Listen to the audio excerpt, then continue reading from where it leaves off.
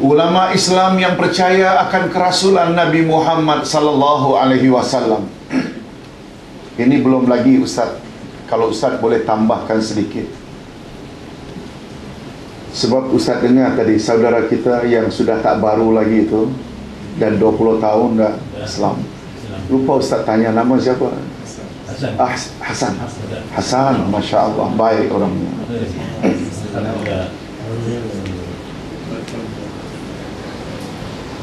Ini namanya kamal, sempurna.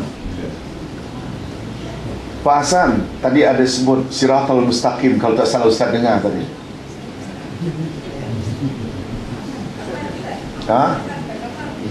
Aman. Sorry, oh aman. Marah isteri. Masya Allah, sorry. Oh, marah istrinya. Padahal Ustaz tak cek saja tu.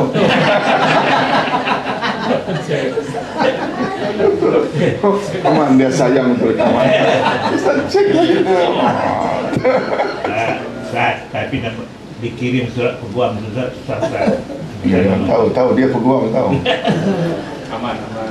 Aman. Sekarang aman lah. Hasan ada sebut tadi tentang Siratal Mustaqim. Ustaz tak sebut sebab Ustaz kira ini sangat mustahab. Betul tak paling banyak yang kita mohon seharian, tunjuki kami jalan yang lurus? Yes. Minimal 17 kali. Sebab ada 17 rakaat salat kita. Pertanyaan, tahukah kita apa itu Siratal Mustaqim? Allah explain Siratal Mustaqim pada ayat berikut. Siratal ladzina an'amta alaihim. Jalan yang lurus itu yang kita minta ialah jalan yang telah ditempuh oleh orang-orang yang telah dapat nikmat. Siapa orang yang telah dapat nikmat yang perjalanan mereka itulah Siratal Mustaqim? Allah explain lagi pada ayat yang kita bacakan tadi. Dapat faham, Hasan?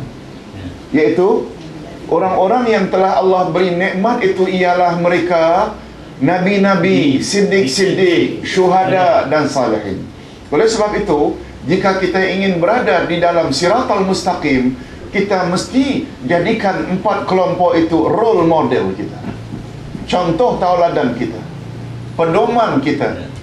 Nabi-Nabi tentu saja bagi kita Nabi Muhammad sallallahu alaihi wasallam. Betul tak? Siddiq pula, betul tak yang paling tinggi Abu Bakar yang mesti kita jadi role model.